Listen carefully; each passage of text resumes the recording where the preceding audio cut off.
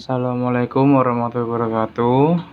Perkenalkan, kami dari kelompok 3 yang beranggotakan saya sendiri Muhammad Rafian, lalu ada Melanie Puji Lestari, lalu ada Saras dan ada Mbak Suci. Kami di sini akan memberi pendidikan kesehatan mengenai kemoterapi. Lalu, apa itu kemoterapi? Mari kita lanjut ke slide berikutnya. Jadi, kami akan mempresentasikan mengenai complementary and alternative therapy atau complementary and alternative medicine atau biasa kita sebut sebagai CAM. Jadi, apa saja sih contoh dari CAM ini? Ada beberapa tindakan yang merupakan contoh dari CAM, yaitu yang pertama yoga, akupuntur, daya terapi, reiki, massage terapi, chromoterapi, meditasi, herbal medicine, homeopati, hipnosis, aromaterapi, ayurveda, dan masih banyak lagi. Jadi, apa sih itu CAM? CAM merupakan pengobatan non-konvensional yang bertujuan untuk meningkatkan derajat kesehatan masyarakat melalui 4 upaya kesehatan, yaitu promotif, preventif, kuratif, serta rehabilitatif. Komplementer adalah penggunaan terapi tradisional ke dalam pengobatan modern. Jadi, terapi komplementer itu adalah sebagai pengembangan terapi tradisional, dan ada pula yang diintegrasikan dengan terapi modern yang mempengaruhi keharmonisan individu dari aspek biologi, psikologi, dan spiritual. Jadi, beberapa hasil terapi ada yang sudah teruji klinis, seperti contohnya yang pertama akupuntur, yang kedua akupressure yang dilakukan oleh Dr. Syaraf, yang kedua adalah terapi diet yang dilakukan oleh dokter gizi atau ahli gizi. Lalu ada aromaterapi yang dilakukan oleh dokter jiwa, psikolog, dan dokter spesialis obstetrik. Terapi komplementer itu adalah terapi holistik.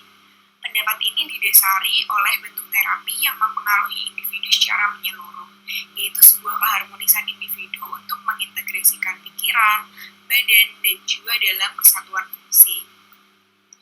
Masyarakat menggunakan terapi ini dilandaskan dengan beberapa alasan, diantaranya karena keyakinan yang dilakukan oleh beberapa agama di Indonesia, contohnya agama Buddha dengan tindakan terapinya yaitu yoga. Yang kedua adalah masalah keuangan, karena beberapa masyarakat yang ada di Indonesia menganggap bahwa terapi konvensional atau pengobatan konvensional ini dianggap sebagai hal yang mahal karena perlu maintenance dan perlu check up untuk per minggu atau per bulannya. Yang ketiga adalah reaksi obat kimia. Beberapa masyarakat masih beranggapan bahwa pengobatan konvensional itu lebih terlihat dari segi reaksi obat yang dialami oleh pasien itu sendiri. Yang terakhir adalah tingkat kesembuhan. Tingkat kesembuhan sangat berbanding lurus dengan tindakan yang dipilih oleh pasien tersebut. Jadi, apabila pasien memilih tindakan itu atas dasar dan kemauannya sendiri, maka akan menimbulkan kepuasan yang bagus untuk pasien dan akan berdampak lebih bagus lagi pada tingkat kesembuhan dari pasien tersebut.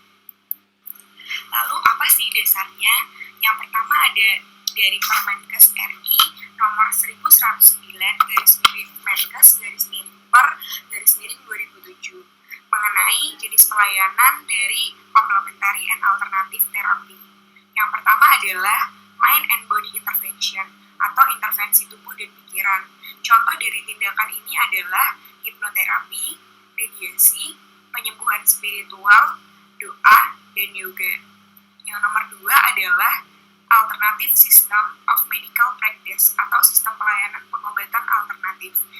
Contoh tindakannya adalah akupuntur, akupressure, naturopati, homeopati, aromaterapi, dan ayurveda.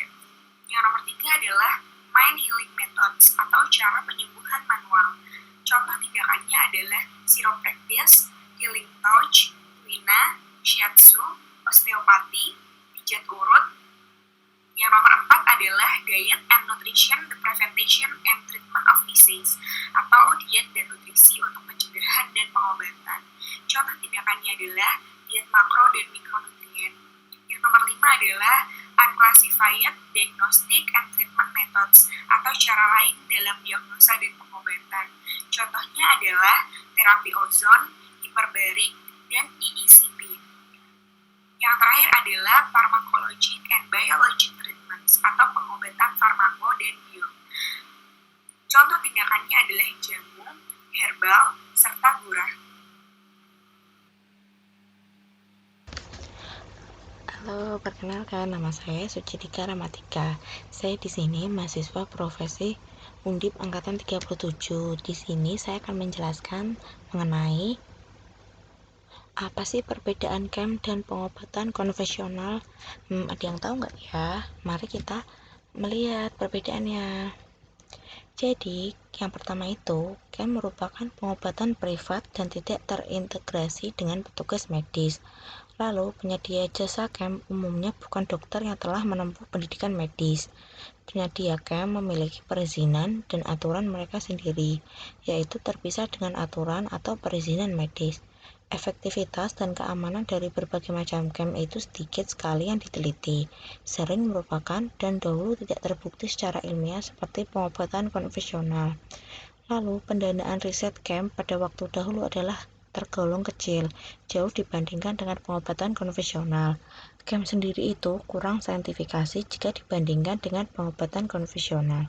Lalu, KEM itu diklaim lebih holistik, sekaligus memiliki keuntungan, yaitu terhadap mental, psikologis, spiritual, dan sosial, sehingga berbeda dengan pengobatan konvensional. Sekian dari saya. Rekomendasi terapi komplementer di masyarakat. Untuk penyakit hipertensi, yaitu terapi akupuntur, berupa penekanan pada titik-titik tubuh tertentu dengan menggunakan jarum. Efek akupuntur dalam menurunkan tekanan darah diantaranya dengan mengatur regulasi substansi vasoaktif pada endotel pembuluh darah.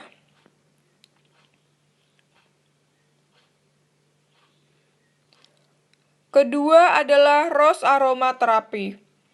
Aromaterapi merupakan terapi dengan menggunakan bau-bauan yang berasal dari tumbuh-tumbuhan.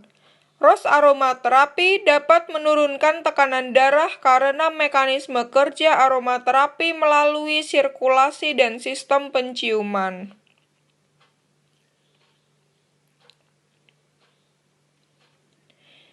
Ketiga adalah meditasi dan yoga. Terapi meditasi dan yoga merupakan terapi yang mengkombinasikan antara teknik bernapas, relaksasi, dan meditasi serta latihan peregangan atau postur dengan mekanisme penyatuan dari tubuh, pikiran, dan jiwa. Ketika tubuh dalam kondisi tenang, maka akan mengalami relaksasi dan mengalami keseimbangan. Sehingga relaksasi pada yoga maupun meditasi berpusatkan pada pikiran dan pengontrolan pernapasan yang akan meningkatkan sirkulasi oksigen ke otot. Sehingga otot akan mengendur dan tekanan darah akan menurun. Keempat adalah musik terapi. Musik yang diperdengarkan akan merangsang organ-organ pendengaran dan menstimulasi bagian otak lobus temporal atau cortex auditorius. Gelombang yang dikeluarkan dari musik relaksasi adalah gelombang alfa yang menyebabkan pengeluaran dua substansi kimia, yaitu neurotransmitter serotonin yang akan menimbulkan rasa tenang dan hormon endorfin yang merupakan sistem aktif opium. Kedua substansi kimia ini akan merangsang sistem saraf parasimpatis sehingga terjadilah perubahan pada sistem kardiovaskular. Kemudian terapi acupressure merupakan metode non-invasif berupa penekanan pada titik akupuntur tanpa menggunakan jarum. Memberikan stimulus pada titik akan menstimulasi sel saraf sensorik di sekitar titik akupressure, diteruskan ke medula spinalis, mesencephalon, dan kompleks pituitari hipotalamus yang ketiganya diaktifkan untuk melepaskan hormon endorfin.